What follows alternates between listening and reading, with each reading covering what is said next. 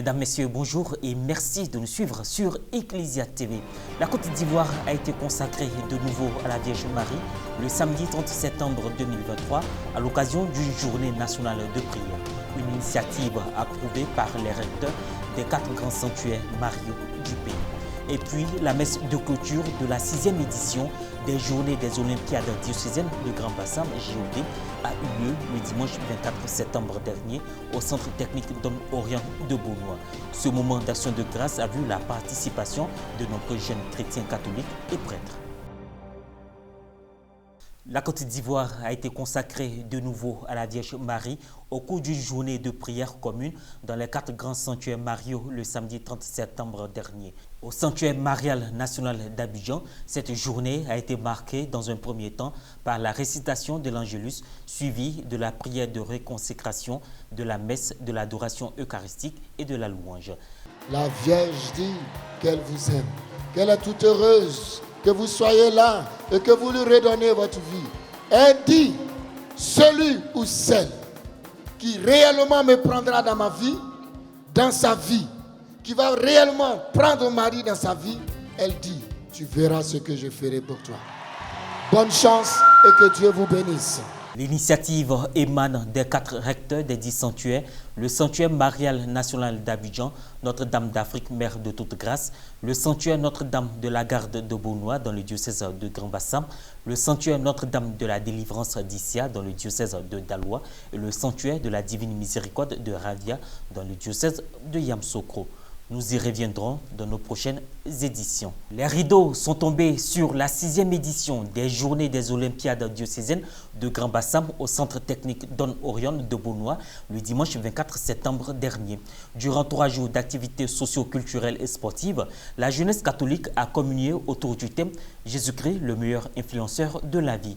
Pierre Richemont, Morel Poti. Jésus-Christ, the best influenceur de la vie.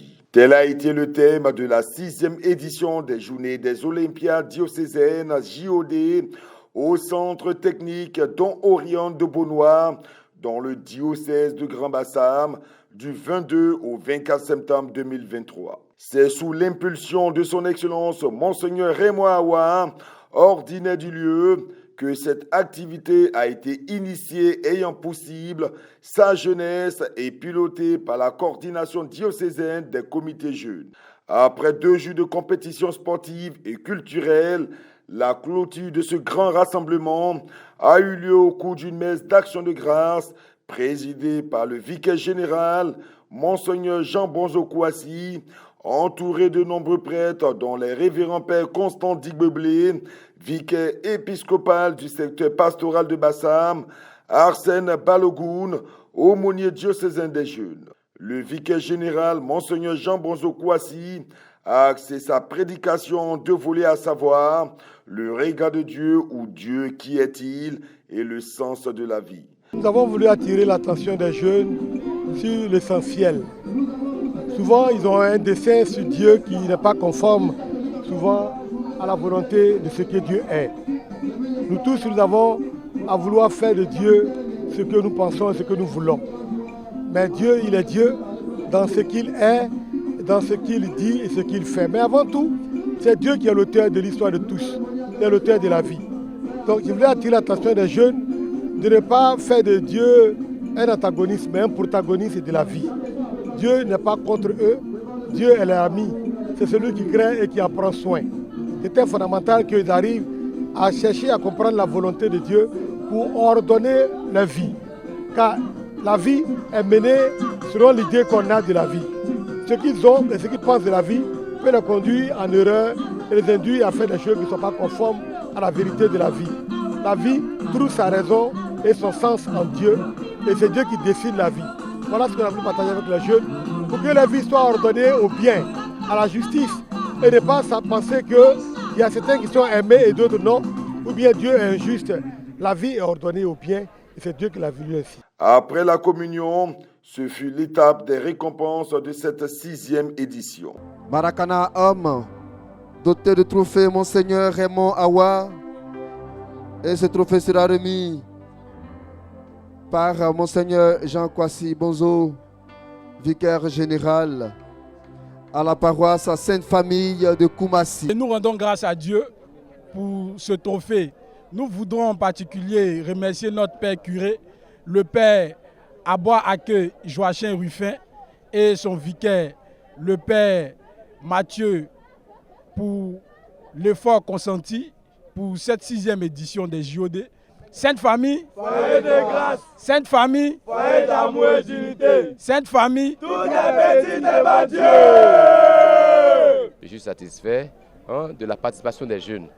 Les jeunes, ils ont participé de façon active aux différentes activités. Et les difficultés, les imprévus que nous avons eus pendant ces activités ne les ont pas empêchés à vivre les activités. Malgré les imprévus, ils ont gardé le même élan dans le vécu des différentes activités qui leur sont proposées. Ce que nous pouvons retenir, c'est l'ambiance de l'activité, même si nous sommes répartis bredouille, mais nous pensons que l'année prochaine, nous allons encore faire mieux. Saint François d'Amamou, Saint François d'Assise d'Amamou. Nous n'avons pas gagné aujourd'hui malheureusement, mais nous espérons que l'année prochaine, nous allons venir encore plus fort pour pouvoir prendre au moins 5 médailles. Je peux compter sur vous? Oui! Seuls nous sommes invisibles, mais ensemble nous sommes invincibles. Pour cette 16e édition, nous pouvons d'abord estimer en termes de paroisses, 42 paroisses et en termes de nombre 2000. Je pourrais dire, comme les éditions précédentes, le bilan il est positif. Même si, quand même, comme les journées de l'année dernière, nous avons été perturbés par la pluie. Mais le plus important, c'est que les compétitions se sont bien déroulées. La soirée également a eu lieu. Les jeunes sont très contents. Vous avez suivi tout à l'heure avec la messe. La messe tout à l'heure et les remises des prix. Donc pour moi, le bilan il est positif. Santé à présent, le programme national de lutte contre le sida PNLS a organisé une session de formation à l'intention des organes de presse du 27 au 28 septembre 2023 à Dabou sur l'approche indétectable, intransmissible et le profil épidémiologique de l'infection VIH en Côte d'Ivoire. Aussi, cet atelier vise à réduire la stigmatisation et la discrimination dont sont objets les personnes vivant avec le VIH, PVVIH. Donc cette épidémie-là, également au début, il n'y avait pas de traitement. Donc elle s'est rapidement propagée, rapidement généralisée.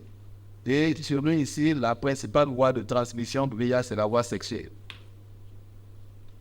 Au début de l'épidémie, c'était les hommes qui étaient les plus atteints, les plus infectés, et c'est eux qui mouraient de plus.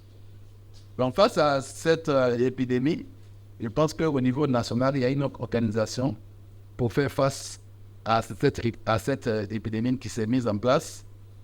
Et on a élaboré des différents plans de lutte, des différents plans stratégiques nationaux pour essayer d'inverser la tendance, de stopper la propagation de l'épidémie. Cette maladie a un impact très important, tant sur le plan psychosocial, sur le plan économique, parce que pendant longtemps, avant l'arrivée des traitements antirétroviraux, le sida était la première cause de décès chez l'adulte en Côte d'Ivoire. Cette maladie est une maladie très stigmatisante et qui entraîne des discriminations fortes, aussi bien au niveau même familial, au niveau professionnel, au niveau social. On a observé une stigmatisation, une discrimination, parce que c'était lié au sexe, c'était lié au vagabondage sexuel. C'est des idées qui étaient très répandues. Donc, quand une personne est infectée par le VIH sera été stigmatisée et discriminée. Éducation pour refermer cette édition.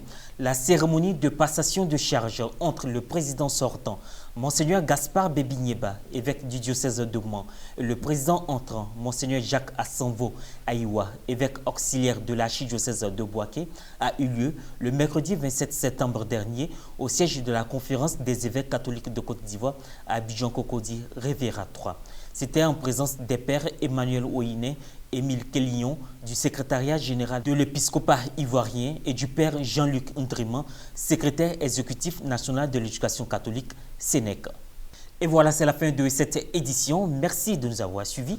Merci de votre fidélité à la télévision catholique Ecclesia TV.